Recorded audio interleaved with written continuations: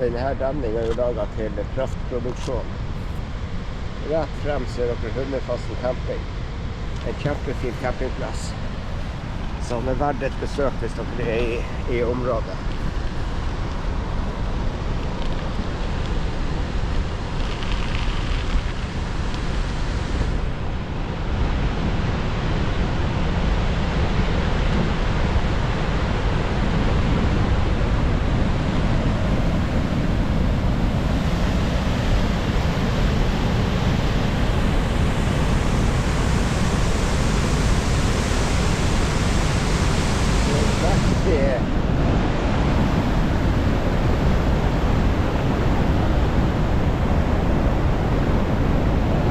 Det bredde litt med vann forbi denne fossen akkurat nå.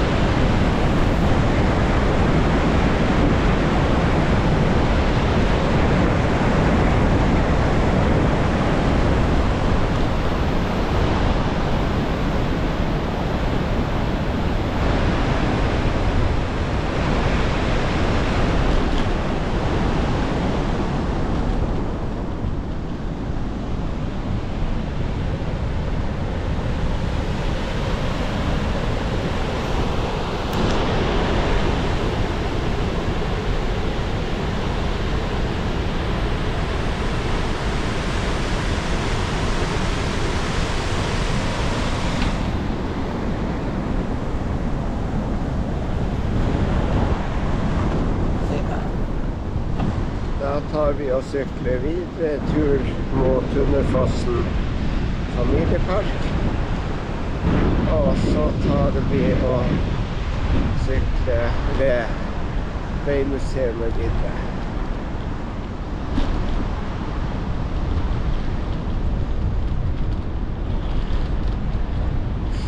Det kan bli en fin sykkeltur mot sykle gjennom museumsparken helt sakte og bare nyte naturen og de fine maskinene og de fine byggene de har utstillet.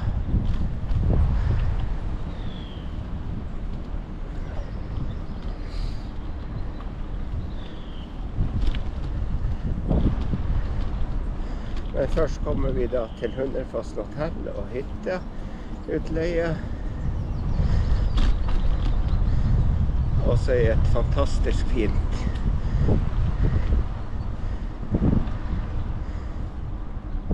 fin plass.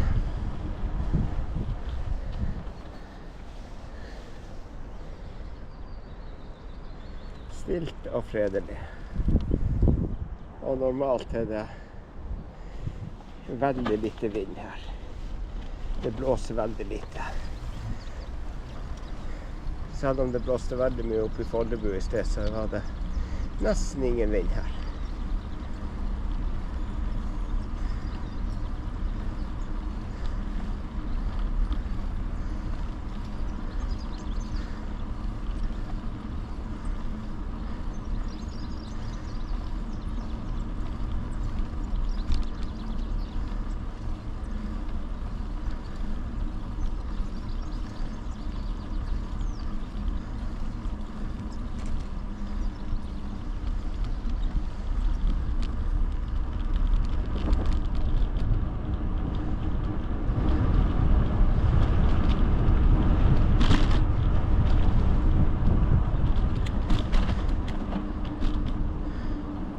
Vi er enda inne på Hundefossen hytte og hotell sitt område.